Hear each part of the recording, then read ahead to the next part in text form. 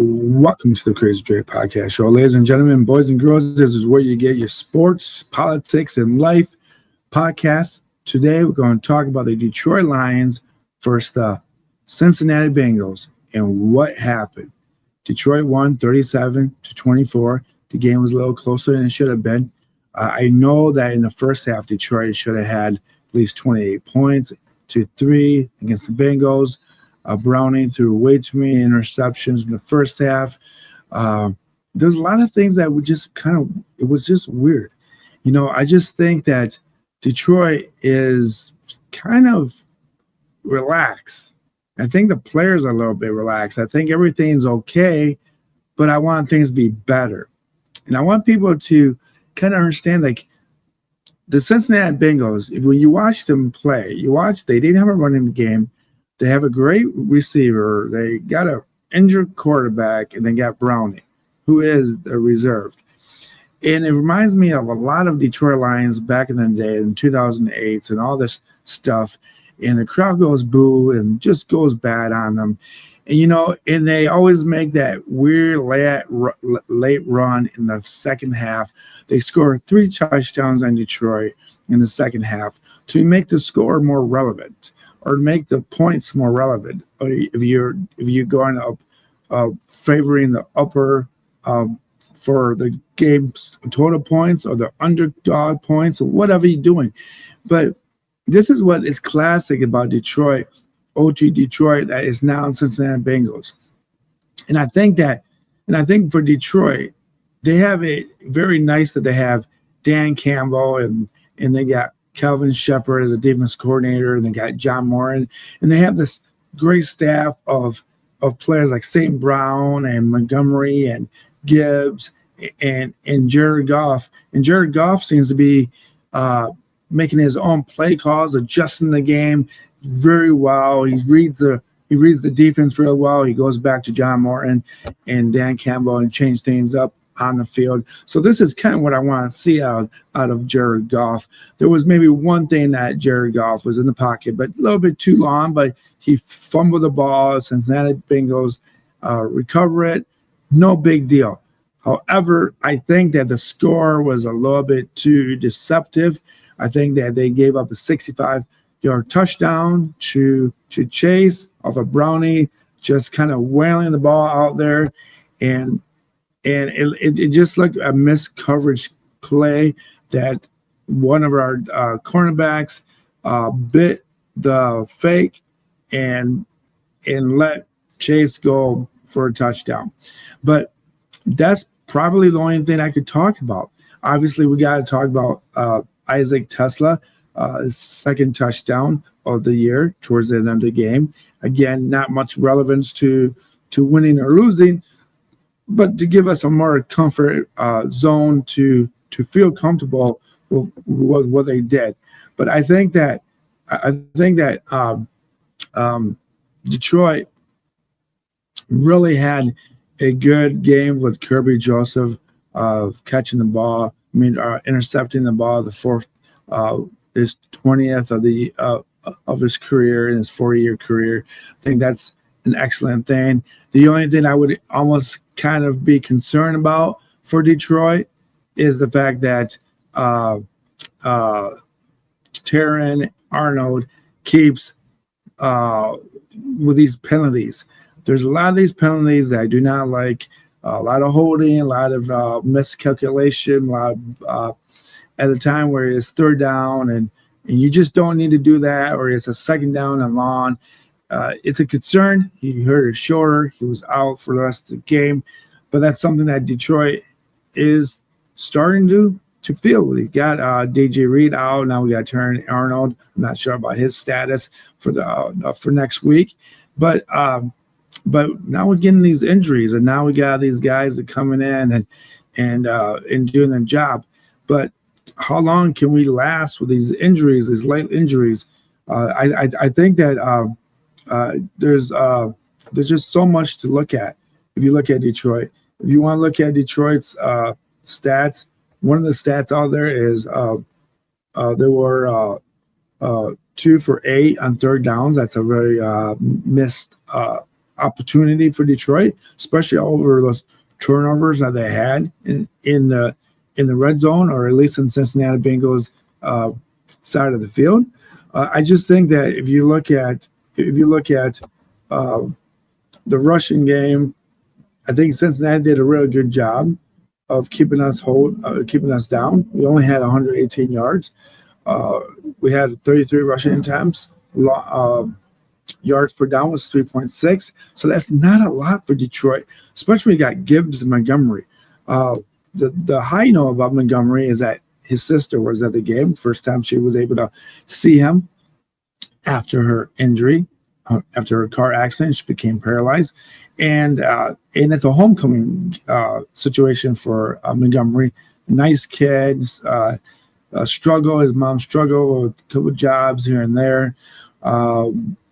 But this is and he threw a touchdown. He threw a touchdown to Wright, Brooke Wright. So great thing about him, and he had a rushing touchdown for 8 yards. I just think that when Detroit in the second half, when Cincinnati was on the way on coming back, they went right to Montgomery and had him gain 8, 6, 5 yards, got first down, slow the game down. Obviously, there were a couple of times that St. Brown caught a couple 26-yard first down passes to assure the lead. That's something that we kind of have to acknowledge that in the fourth quarter, Cincinnati scored 21 points. Detroit scored 23 points between the third and fourth quarter. So could this game got out of hand? I think it could have got out of hand. I think that I wouldn't say the play call was bad. I don't think the defense coordinator was making bad calls. I think he did an excellent job. I think John Martin did an excellent job himself. I just think the execution for Detroit Lions as individual players and all this stuff, it kind of lacked. Bad penalties. There was a personal foul, I think, on Amik Robinson, or was it? I don't know who it was on, but in the first half, in the first quarter, it kind of kept the Bengals alive in the first drive or the second drive. I just think that I think there's another thing, like, Hutchinson was in neutral zone. I think that's maybe a little concerning. It's becoming a bad habit. I think that's something that we have to kind of clean up a little bit. Detroit is 4-1, Green Bay 2-1, Minnesota 3-2, Chicago 2-2. But I just think that Detroit, when you look forward to for these next games, I think we need to clean up a lot of stuff. We need to clean up on penalties. We need to clean up on offsides and personal infractions and roughing the passer or roughing a receiver after he's out of bounds. I think that's something that they have to really kind of nail down. I just think that if you're going to be Detroit, people are going to be hunting for you. And I think that, Detroit against Kansas City Chiefs in Chiefs land, that's going to be a challenge for Detroit. Kansas City is struggling. They don't really have a lot of a run game. I think they can get to the backfield to stop Mahomes, but I think they have to clean it up so that when you're at Kansas City, you don't allow the game to get out of hand. You don't allow them to take matters in their own hands. I think that's very important for Detroit to keep the Chiefs from giving them an opportunity to do things that you don't want them to see, or you don't want them to score on a fluke play, on a broken down play. You just don't want, or even a holding call on a third down and long and make an automatic first down. That's something that you're going to have to deal with. With the Buccaneers in 2 weeks from now, that'll be another game on a Monday night. It's going to be a situation where you're going to have to know where you are. With Baker Mayfield, he's going to be mobile just like Mahomes is. That's something that you're just going to have to understand how to maintain in that setting. Going to Detroit Tigers, folks. We got to go to the Detroit Tigers. I have to talk about Detroit now. I just think that when we need to talk about Detroit, we'd have to talk about McKinstry making that base hit to score the winning run in 11th inning. That's huge. I think Kerry Carpenter, 2-run home run to make it 2-1. That was an uplifting thing that I can't speak more about. That's something that Kirby seemed to have a lot of problems with Kerry Carpenter. Kerry hit his 4th or 5th home run against Kirby last night or this weekend when this airs out. But I think this is something that's great for Detroit. I think I'm very happy about Troy Mountain's pitching. If you go to Detroit, if you go to the stats of Game 1, I think I got to talk about Detroit Tigers baseball here, folks. I just got to, because it's very difficult for my job to be working and to do a podcast. So I'm just going to have to do this. So Will Viss gets the win. Vargos gets the loss for Seattle because it was 2-2. Montero gets the save. So when you got the 11th inning, McKinstry singles to score Torgerson, as I said. But if you look at the stats here, I mean, if you look at Troy Mountain, he only allowed 4 hits, 1 earned run, 4 strikeouts, 35 strikes for 57 pitches. That's something that you just gotta appreciate. Sometimes you gotta trust AJ Hinch. He seems to know what he's doing.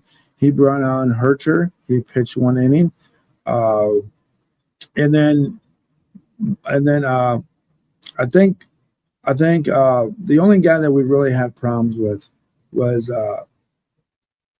Rafael Montero. He just did not find the strike zone, and he gave up a run. He really did. I think that Detroit got lucky that he gave up 2 hits, 1 earned run. He walked 1 guy. It was one of those moments that when you ask for someone like to come in and take a spot, Detroit got lucky. Detroit got very lucky. I think this is a huge win for Detroit with Troy Mountain on the mound, and now we have Tarek Skubal. I think that if Detroit gets ahead of everything, if Detroit takes the lead in Seattle in the beginning in Game 2, and they win it, I think they have obviously a very better chance of winning the division and winning the ALDS. I just don't know who I would start. Would I start Casey Mize, or do I want to start Jack Flaherty? I think maybe I would start Casey Mize, just keep the rotation the same. But from this point, I have no idea. If you like this podcast, follow. Oh, one more thing about Detroit Lions. Montgomery and Gibbs are tied with dual touchdowns in the same game as of Darrell Johnson and Emmitt Smith back in the heydays of the Dallas Cowboys. So I'm gonna leave you at that stat. Detroit Lions won 37-24. Was a convincing. You tell me, do I feel like they could have done better? I think so. Detroit Tigers, Troy Mountain, first game was great. Second game, Tarek Skubal. I'll bring that back to the episode probably on Tuesday. Peace, love. I'm out of here. Take care, folks. You always can find me everywhere. Subscribe, follow. You know where I'm at. Peace.